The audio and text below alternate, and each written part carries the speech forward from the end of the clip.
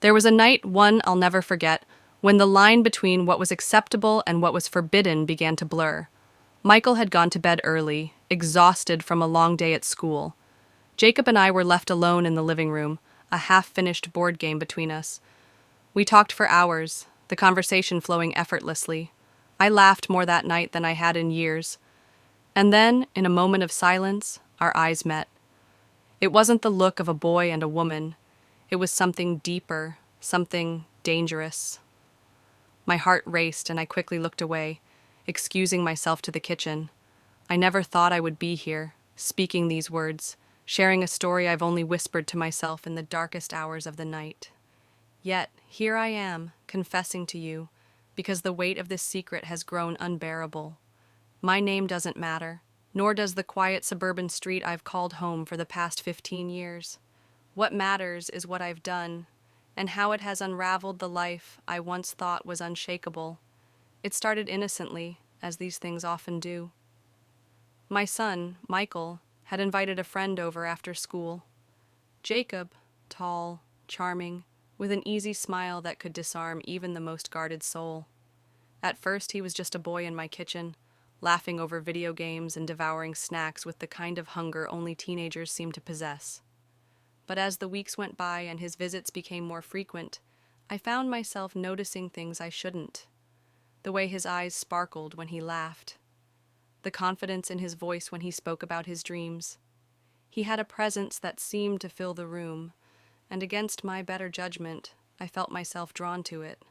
My husband Tom was a good man, steady, reliable, but distant. Our conversations had become routine, our touches perfunctory. Life had settled into a rhythm of work, chores, and raising Michael. Somewhere along the way, I had lost myself. I was no longer the vibrant woman I had once been. I was a wife, a mother, a shadow of who I used to be. Jacob's presence was like a spark in the dark, a reminder of a part of me I thought had vanished forever. I told myself it was harmless, a crush, a fleeting fancy that would pass like a summer storm. But the more I saw him, the more I felt the storm brewing. He began to linger after Michael went to bed, helping me clean up the kitchen or chatting with me about books and movies. His interest felt genuine, his attention intoxicating, and I, foolish and desperate for connection, allowed myself to bask in it. There was a night, one I'll never forget, when the line between what was acceptable and what was forbidden began to blur. Michael had gone to bed early, exhausted from a long day at school. Jacob and I were left alone in the living room, a half-finished board game between us. We talked for hours, the conversation flowing effortlessly. I laughed more that night than I had in years. And then, in a moment of silence, our eyes met. It wasn't the look of a boy and a woman. It was something deeper, something dangerous. My heart raced, and I quickly looked away, excusing myself to the kitchen. But even as I stood there, pretending to busy myself with dishes, I knew something had shifted. The whisper of temptation had become a roar, and I wasn't sure I had the strength to resist it. After that night, things were different. I told myself to be careful, to put distance between us, but Jacob had a way of making that impossible. His charm was effortless, his attention magnetic. Every glance, every word felt like an invitation to step closer to the edge. And despite the warnings screaming in my head, I found myself leaning into the pull. Michael's basketball practice became an unspoken excuse. Jacob would stay behind, claiming homework or some project they were working on, and I, foolish, reckless, allowed it. We'd sit in the living room, talking long after Michael had left, the house quiet except for the hum of the refrigerator and the occasional creak of the floorboards. It was during one of these evenings that the line was crossed. Jacob was sitting on the couch, flipping through a book he'd borrowed from Michael. I was in the kitchen, pouring us both glasses of iced tea. As I walked back into the room, I tripped over the edge of the rug, spilling the tea across the floor and onto his jeans. "Oh, God, I'm so sorry," I gasped, rushing to grab a towel. He laughed, waving it off.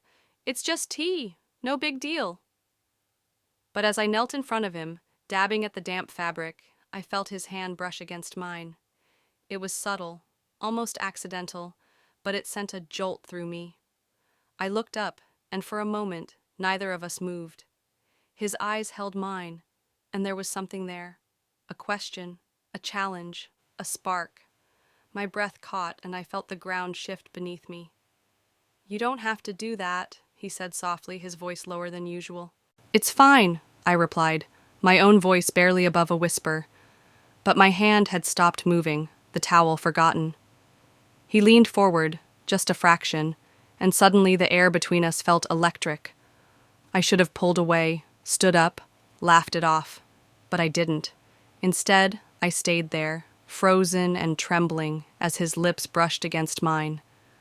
The kiss was brief, almost hesitant, as if he was waiting for me to stop him. When I didn't, he kissed me again, deeper this time, his hands sliding up to cup my face. The towel slipped from my fingers, landing with a soft thud on the carpet. For a moment, I allowed myself to get lost in it, the warmth of his touch, the urgency of his kiss, the way he made me feel alive in a way I hadn't in years. When we finally broke apart, reality came crashing back. I stood up abruptly, stepping away from him, my heart pounding. This can't happen," I stammered, my voice shaking. "I'm sorry," he said, looking genuinely remorseful. "I didn't mean to—" But he had, and so had I. The truth hung heavy in the air between us, undeniable and irreversible. "You should go," I whispered, unable to meet his eyes. He nodded, grabbing his jacket and heading for the door. But before he left, he turned back, his expression a mix of regret and longing. "I'm sorry," he said again, and then he was gone. I stood there for a long time after he left, the silence of the house pressing down on me. I knew I should feel guilty, ashamed, and I did. But beneath the guilt was something else, a thrill, a spark, a whisper of a voice that asked, "What if?" I thought I could bury it, pretend it never happened. The next day, I went through the motions as if nothing had changed. Breakfast was made, laundry was folded, and dinner was served with the same routine efficiency. Jacob didn't come over that day, and for a moment, I thought perhaps we had both silently agreed to move past it. But it wasn't that simple. The memory of his kiss lingered, playing on a loop in my mind. I caught myself smiling at the thought, then immediately felt the sting of shame. I avoided looking at Tom, afraid he might see the guilt written all over my face. But Tom, ever oblivious, was immersed in his own world, barely noticing the turmoil brewing within me. A week passed before Jacob came over again. Michael had invited him to study for an upcoming exam. When I opened the door to find him standing there, a nervous smile on his face, my heart raced. "Hi, Mrs. Reynolds," he said, his voice steady, but his eyes searching mine for some sign of where we stood. "Jacob," I replied, forcing a smile. "Come in. Michael's upstairs." As he walked past me, the scent of his cologne hit me, and I felt my resolve waver. I busied myself in the kitchen, trying to ignore the sound of their laughter drifting down the stairs. But when Michael left for practice later that evening, Jacob stayed behind. Again. I wanted to apologize," he said, standing awkwardly in the doorway of the kitchen. "There's no need," I replied quickly, not trusting myself to look at him. "It was a mistake. Let's just forget it happened." "Can you?" he asked, his voice soft but insistent. "Because I can't." I turned to face him then, my heart pounding. "Jacob, this can't happen. It's wrong. You know that." "I know," he said, stepping closer. "But I can't stop thinking about you." His words were a dangerous comfort, feeding a part of me I had long ignored. I wanted to tell him to leave, to never come back. But instead, I found myself stepping closer, drawn to him like a moth to a flame. The weeks that followed were a blur of stolen moments and whispered secrets. We became experts at navigating the fragile line we had crossed. Every touch, every glance was charged with the thrill of discovery and the fear of being caught. The moment I heard the knock at the door, I knew something was wrong. It was a heavy, deliberate knock, so different from Jacob's usual carefree arrival. My heart raced as I opened it to find his father standing there, his face a storm of anger and disappointment. "Mrs. Reynolds," he said, his voice taut with restraint, "we need to talk." My mind raced, searching for answers I didn't have. I let him in, my hands trembling. Michael and Tom were still out, and the silence of the house felt oppressive.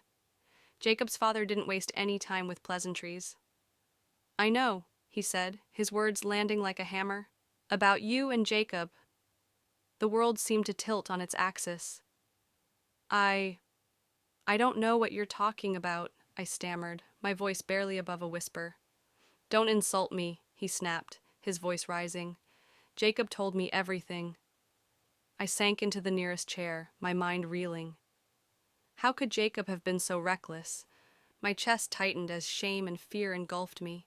This was it, the moment I had dreaded, the moment my fragile web of lies would come crashing down. "He's a boy," Jacob's father continued, his voice trembling with fury. "A boy you should have protected, not taken advantage of. Do you have any idea what you've done to him? To his future?"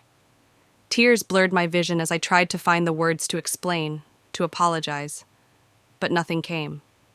He was right. I had betrayed not just my husband and my son, but myself. I had crossed a line that could never be uncrossed. "I'm sorry," I finally managed, my voice breaking. "I never meant for this to happen." "Sorry?"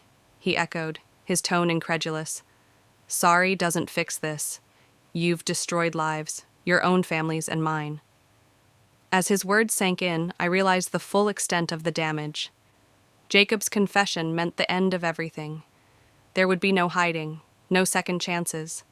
The truth would come out, and with it, the collapse of the life I had built. When Jacob's father left, slamming the door behind him, I sat in the silence, numb. The hours blurred together as I waited for Tom and Michael to return. My mind raced with 1,000 scenarios, each more devastating than the last. How would I explain? Could I explain? Or was this the end? When Tom finally walked through the door, his face lit with a tired smile, I knew I couldn't keep the truth from him any longer. He deserved to know, no matter how much it would hurt. Michael deserved to know. They both deserved better than the lies I had told myself to justify my actions. "Tom," I said, my voice trembling, "we need to talk." The conversation that followed was the hardest of my life. I told him everything, the loneliness, the temptation, the betrayal. I watched as the light in his eyes dimmed, replaced by disbelief and pain. Michael stood frozen, his face a mask of shock. My words hung heavy in the air, a confession that would forever change the fabric of our family. The fallout was as devastating as I had imagined. Tom left that night, taking Michael with him. Jacob's family threatened legal action, and whispers spread through the neighborhood like wildfire. The life I had once taken for granted was gone, replaced by a stark, painful reality. In the months that followed, I struggled to piece myself back together. Therapy became a lifeline, a place to confront the choices that had led me here. I learned to sit with the discomfort, to face the parts of myself I had tried to bury. It was a slow, painful process, but it was necessary. As I sit here now, sharing my story, I don't expect forgiveness. I don't deserve it. But I hope that in telling the truth, I can find some measure of redemption. My mistakes are a part of me, but they do not define me. And perhaps, in the telling, I can begin to forgive myself.